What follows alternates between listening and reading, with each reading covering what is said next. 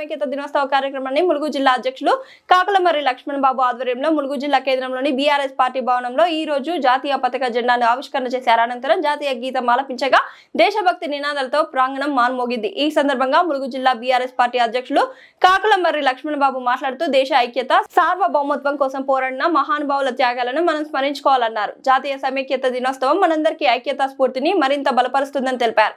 ఈ కార్యక్రమంలో ములుగు నియోజకవర్గ ఇన్ఛార్జ్ బడే నాగజ్యోతి, పోరిక గోవింద్ నాయక్, మండల పార్టీ అధ్యక్షులు, సీనియర్ నాయకులు, ఉద్యమకారులు, మాజీ ప్రజాప్రతినిధులు పాల్గొన్నారు. మన నాయకుడు కేసీఆర్ గారు దీన్ని వివరించడం జరిగింది. తెలంగాణ ఏదైతే నిజాం గారి పరిపాలనలో చరిత్ర మీ అందరికీ తెలుసు. ఏదైనా ఆయన ఒక ఇండిపెండెంట్ రాష్ట్రంగా ఉండాలనేది ఒక ఆయన ఉద్దేశం నిజాం గారిది ఉండే. కానీ అది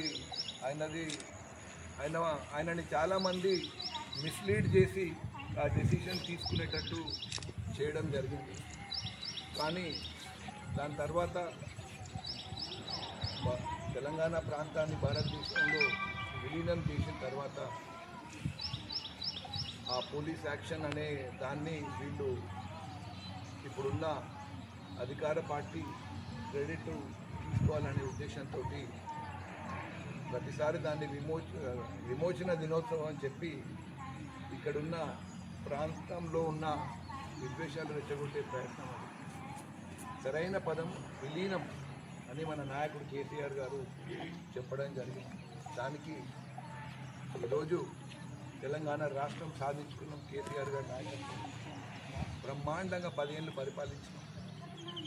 ఇంకా మళ్ళా వచ్చేది మన ప్రభుత్వమే. ఇది 10 ఏళ్ళు ఒక అమావాస్య లాంటి సమయంగా మన తెలంగాణ ప్రాంతం ప్రజలు ఈరోజు భావిస్తున్నారు. ఎట్టి పరిస్థితులల్లో 5 ఇయర్స్ ఈ టర్మ్ అసలు ఉంటారో తెలియదు, ఊడతారో తెలియదు మనకు.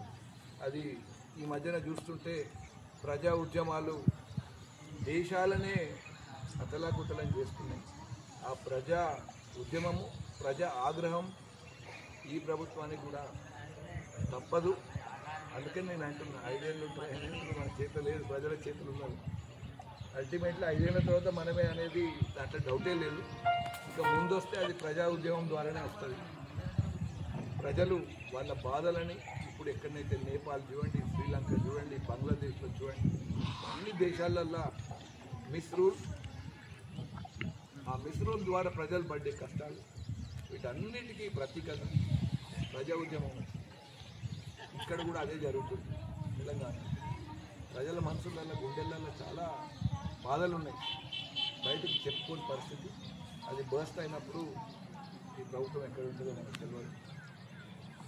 ఎలాగూ మన నాయకుడు కేసీఆర్ గారు కానీ, కేటీఆర్ గారు కానివ్వండి, ప్రజలకు నిత్యం మనల్ని అందుబాటులో ఉండమని చెప్తున్నాం.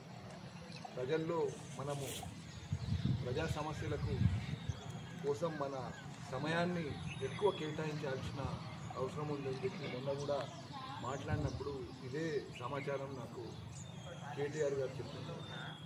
ప్రజలకు అండగా, ప్రజలకు అవసరాలకు అండగా టీఆర్ఎస్ పార్టీ నిలబడాలనేది ఏకైక సందేశం వారు నాకు చెప్పడం జరిగింది. ఈ సందర్భంగా మీకు కూడా అదే తెలియజేస్తుంది. జస్ట్ మనకు వేరే అవసరమే లేదు. ప్రజలు మనతో ఉన్నారు కాబట్టి వాళ్ళతోటి మనం ఉండాల్సిన అవసరం ఉంది. వాళ్ళ ఇంట్రెస్ట్ కాపాడాల్సిన అవసరం మనకు.